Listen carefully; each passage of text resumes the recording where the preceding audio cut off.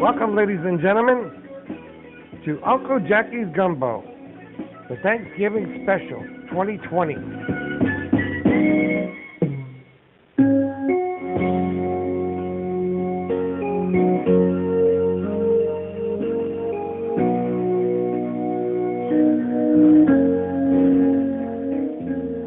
Let me update you on where we're at right now. We're still in COVID. We have two presidents.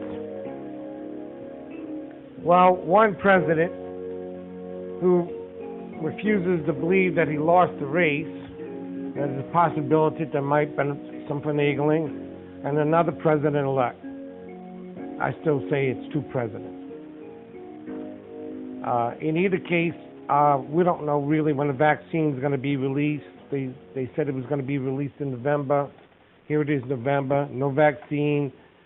And then we'll hear news blurbs about the vaccine, and they keep on pushing the date back, and this group's going to get it first, and that group's going to get it first, and so we might not see it until April of 2021.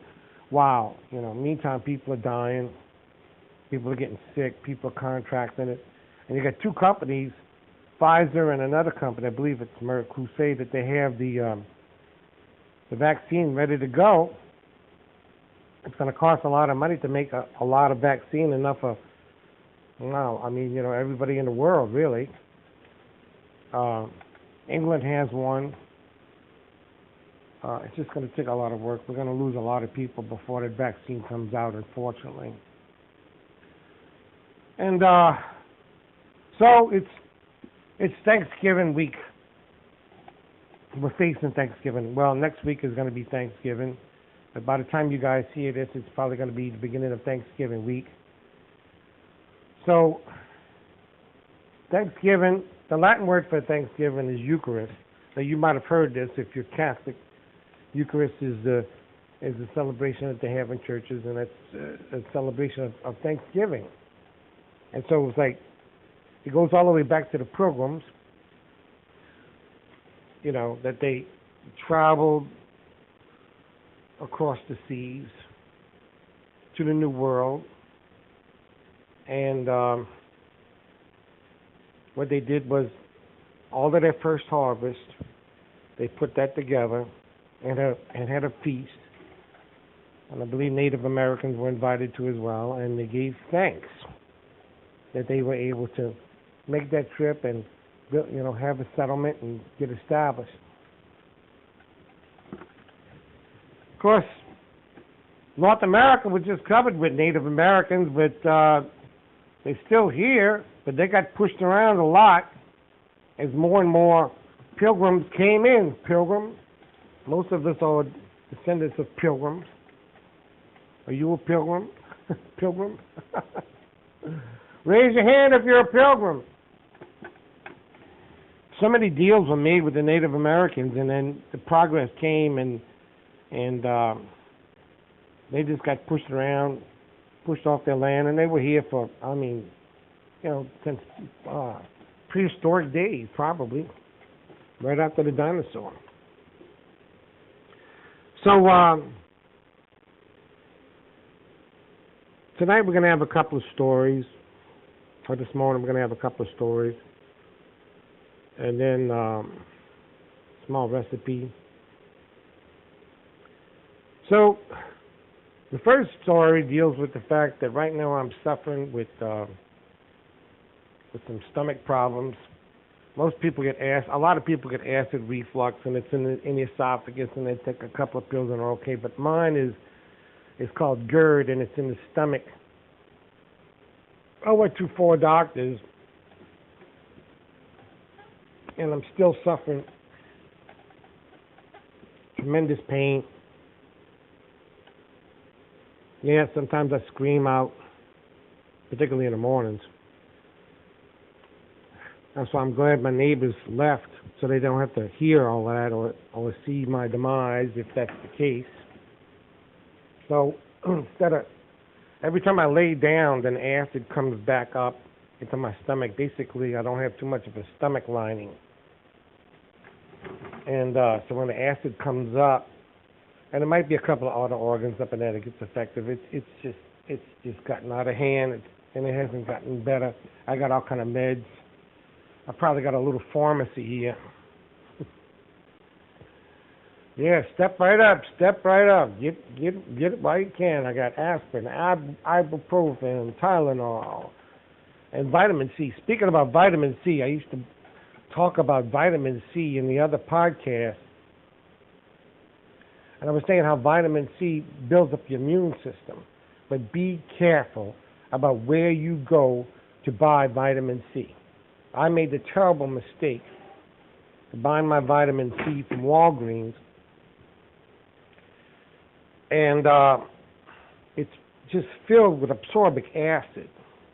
Now, this was before my stomach problem really kicked in, before I even knew I had a stomach problem. And so I was taking 2 pills a day because it was 1,000 milligrams per vitamin C tablet, so the recommended dosage was 2,000 a day. Well, I was taking these things like candy, thinking that, oh boy, man, look at this, I'm gonna take another one. It's gonna boost my immune system. Well, what it did was it assisted the red gravy, all the coffees I drank. I'm such a coffee. I drink coffee every day. Drinking orange juice like it's going out of style. All of that acid, slowly but surely, over a period of time, burned away a good portion of my stomach lining, the mucus. They call it mucosa. Now, what the pills are supposed to do, it's supposed to be an acid blocker, and then it's supposed to buy you time so that it gives you buys time for your stomach so that the mucosa in your stomach builds back up again. You can't really go back to the previous diet. So right now, man, I'm on super bland, nothing but water. Yesterday I had chamomile tea, that was kind of bland. Bananas, low-fat yogurt, anything that's like low-fat with no sugar, because there's a lot of things that could kick up a burning effect. So anyway, I went to Oshna. There I encountered a Dookie Howser. He was guessing all over the place. Oh, it might be COVID, might be pre-COVID, you might have a virus, you might have this. So I got tested for the flu, I got tested for COVID, negative in both. And he and his teacher came in, and they were just, not guessing correctly. So I called the guy, because this has been going on for about almost 3 months now, and every time I lay down at night, try to get some sleep, the acid kicks in. And then I'm on fire. It all started one morning. I woke up about 2:30 in the morning, and it felt like I was feverish. I said, oh no, I must have coronavirus. So the only thing that would cool me off is go take a shower, So anyway, I called the doctor back, and I explained to him, I said, every time I lay down, then this acid kicks in. It feels like rocket fuel being pumped into my stomach. He goes, oh, it sounds like GERD. And GERD is like, as I explained to y'all, it's a esophagus type of thing. It's like where the acid from the stomach comes up in the esophagus and just swishes around. And right now I feel like I got that body acid all over me. I could smell it. It's in my nostrils all over the place. And then, so instead of laying down and screaming, which I had been, I said, well, let me get up and tape this Thanksgiving special. So then I go to doctor number 2. So he prescribes me the pills. Doctor number 1 prescribes the pills. So I'll go to doctor number 2, Dr. Gary. She's semi-retired. She used to be an ER nurse. I show her this mark that I got on my stomach that came from the inside. She didn't know what to make out of it. Swore up and down that I got bumped or something like that. She walked out, basically, and ordered a blood test because my insurance didn't cover, going to Oshna specialists. It's weird because I've been going to Oshna for about 15 years now, but because I lost my job because of COVID-19, I I had no other option. I had to go to Medicaid. Right now, on December 1st, I got a dual complete where my Medicaid marries my Medicare, and it's coverage. I mean, it's just total coverage of everything you can ever imagine, you know. And then my Social Security kicked in, so I'm secure financially because they, according to American standard, they don't send much money, but it's more money than what I need because I live in my own house. It's totally paid for. So, and I got a little nest egg. So I got money coming in, more than what I need, you know, to survive off of at this time, thank God. And all the medical care that you can imagine, but then I don't have my health. You know? So then the next step was to, I talked to my sister. I went to a GI specialist, a gastrointestinal specialist. So the first thing they do is give me a test to go through a CAT scan.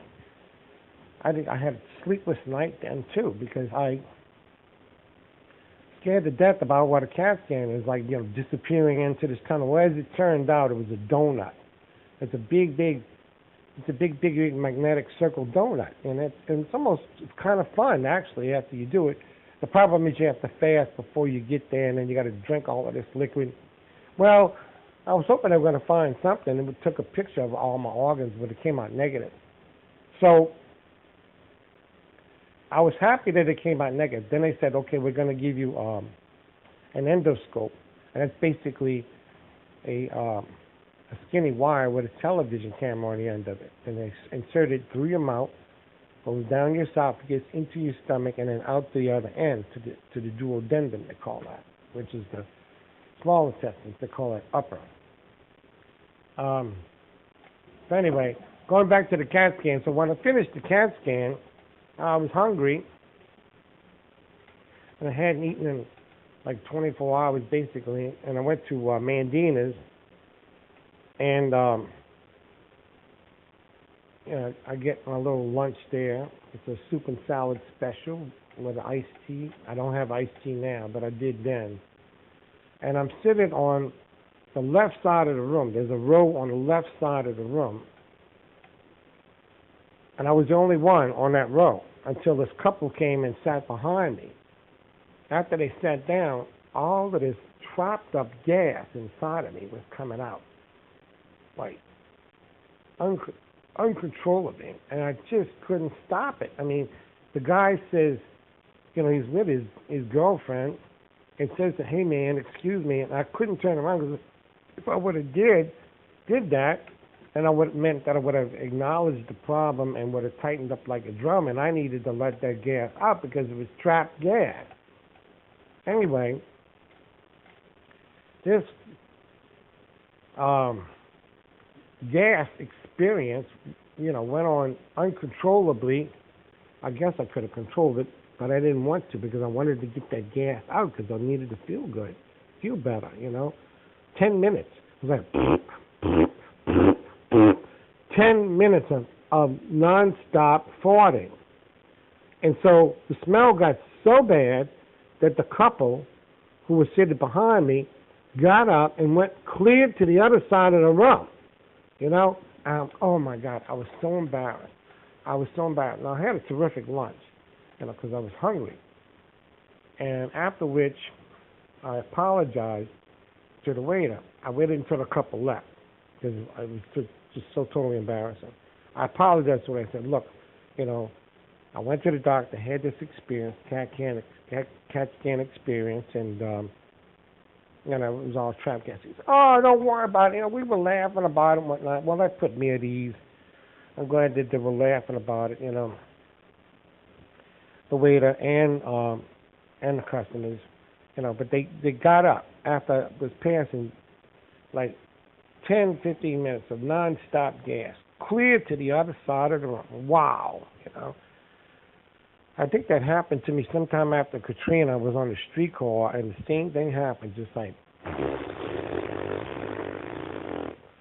And all of a sudden, you see all of these people who were behind me get up, open up all the windows in the streetcar, you know, so they could breathe, because all of a sudden it was a gas, the street car was a gas chamber, and it was coming out of me. I couldn't help it.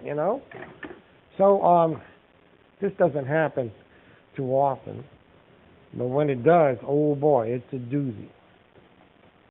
So moving on to the gastrointestinal specialist. The next thing after the CAT scan, since he couldn't find nothing, was an endoscope. Well, I was scared to hell about that. So it was like two nights of sleepless night, and blood pressure sky high. So I get there. It's Ashna Baptist, but this gastrointestinal specialist. He's got a company that rents out a place in the Ashna Baptist building. So on that day, I had to go 11 hours without drinking or eating anything. Man, I could go 12 hours without eating anything, maybe even longer. But to go 11 hours without drinking anything, man, that was really a challenge. That was very, very difficult. But I did it. I took little sips,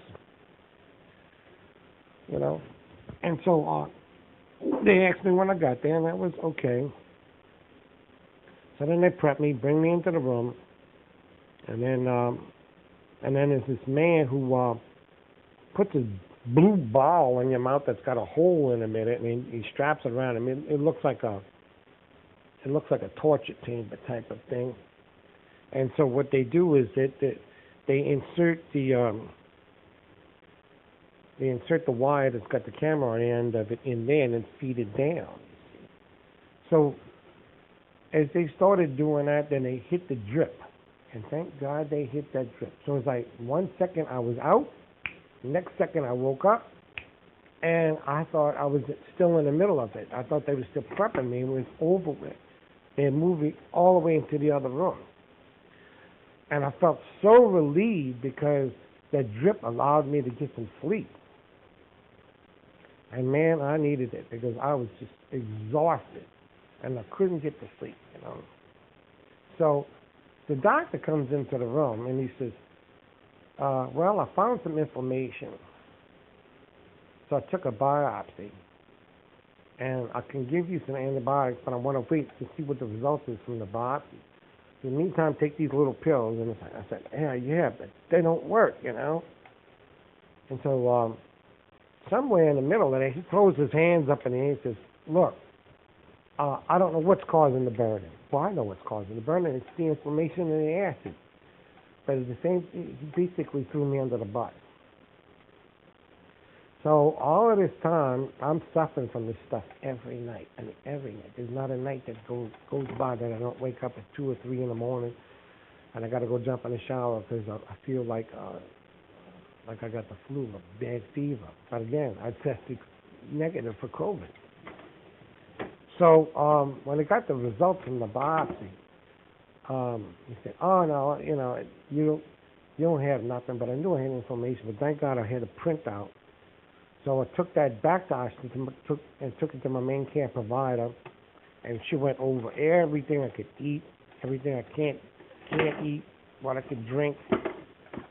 Just basically water and basic food. Can't eat no tomatoes, no tomato sauce, no alcohol, no coffee. Wow. In New Orleans, no coffee and no alcohol. Jeez, man. So that's where I'm at now. And so some nights are better than others. Last night I was able to get, 2 nights ago I was able to get some rest. I got a lounge chair that I pulled out and elevated my head. I was able to relax, lean back, fall asleep, and then elevated my head and stopped because when you lay down prone, and the acid just goes right to the stomach, and it's very painful, But last night was another sleepless night because even when I sat in the chair, burning. It's an internal burn. It's terrible. It's a terrible burn, and it feels like somebody pumping hot rocket fuel inside of me and lighting it. I've had hip surgery. I've had a broken arm. Everything. You know, with those, it's painful, but you go through the operation. You come out on the other side. You go through your therapy, and then you're okay. With this, it's never ending. There was a program about Joan of Arc on television. For those of you who don't know Joan of Arc, centuries ago, I believe it was the 1200s, Joan of Arc was a young pilgrim girl who got visions, allegedly from saints, and led France to victory in many, many battles. And she actually put on a suit of armor and would lead the battles because she was inspirational. Well, she got caught by the Brits, and the church came in, and they heard about the vision, so they tried her as a witch, and right there in Lyon, France, they burned her at the stake.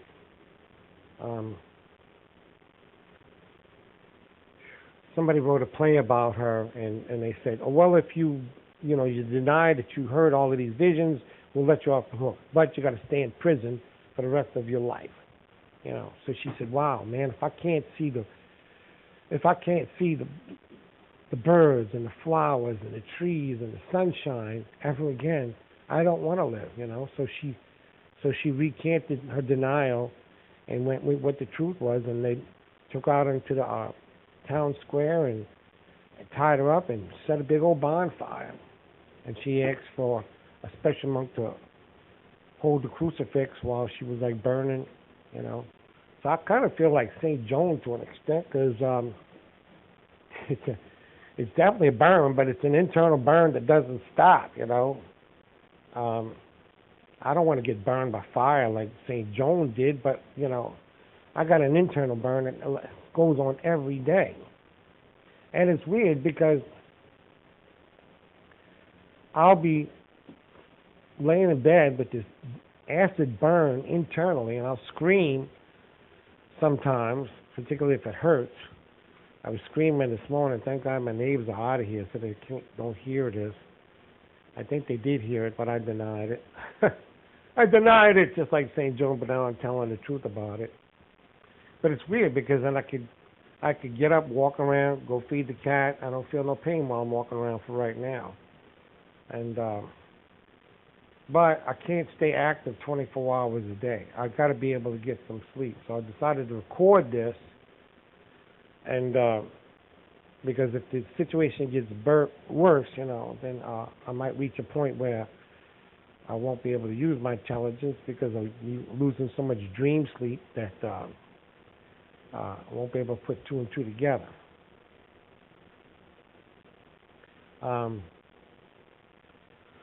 A little recipe about making a good PB&J. Now, I can't eat this particular recipe anymore. Not the way I would do it, but it's a simple recipe. You got to get really good whole wheat coarse bread, you know. Then you toast it, and you got to be very select about smooth peanut butter. Try to get low salt, and you spread that over it. Now, instead of putting all of these strawberries or grapes that say it's natural, whereas it's filled with corn sweetener and sugar and all kind of other additives and stuff like that. Don't do that. Just take some honey.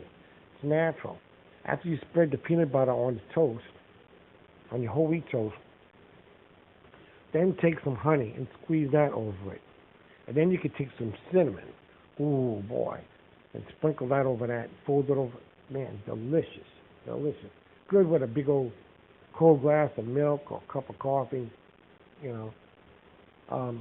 But a lot of people, they just take this, you know, take the bread, white bread, you know, toast it, throw the peanut butter on, throw the sweetener on. It says Concord grape, you know. But then if you look at the contents, filled with absorbic acid, filled with corn sweetener, man. Oh, golly! And you're gonna put that gook in your stomach. It's best to go ahead and buy some honey, invest in some honey. It's so much more better for you. It's delicious, absolutely delicious. Okay, last story is a couple of weeks ago I was sitting on the front porch listening to the classical station called WWNO. And, it's a non-commercial station. However, they do have to have sponsors.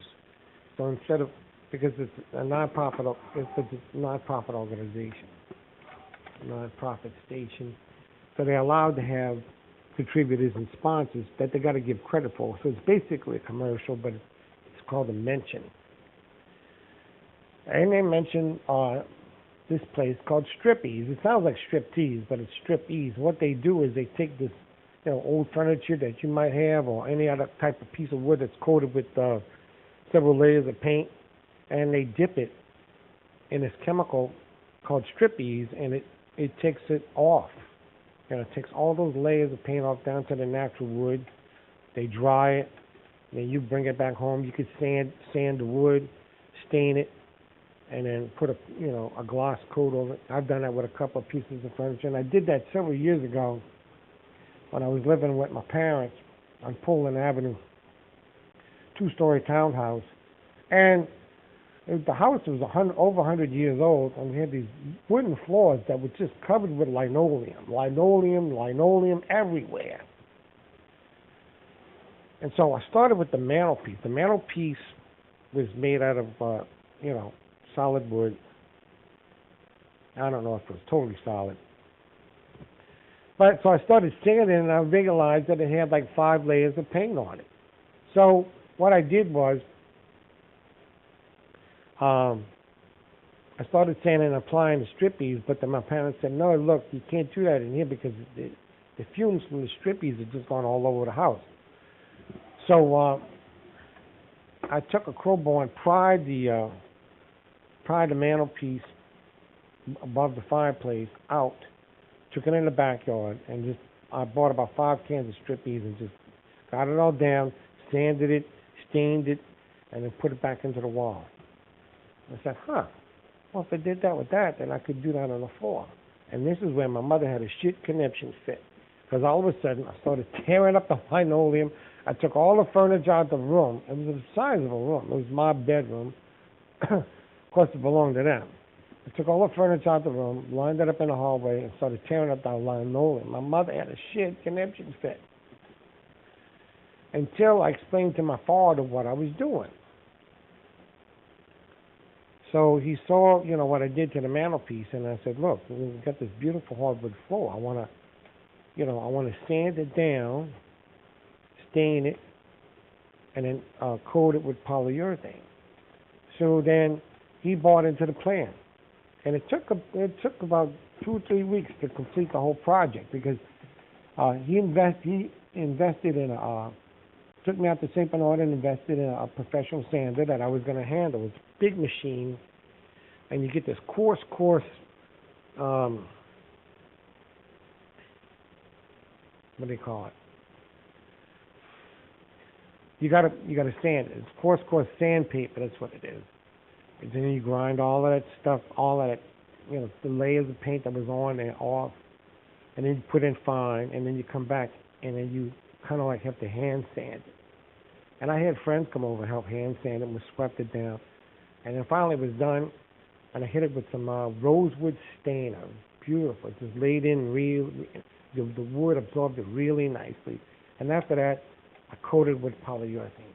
Man, after they saw the effects of how beautiful that floor was and how beautiful the mantelpiece was, it was like, back to its natural wood state, but stained. I mean, and coated with the light layer of clear paint. And the floor looked gorgeous. And so from then on, both of my parents were very proud of that room. Very, very proud of that room. So much so that every time a visitor would come by, I'd say, hey, come see the room, come see the room, come see the room.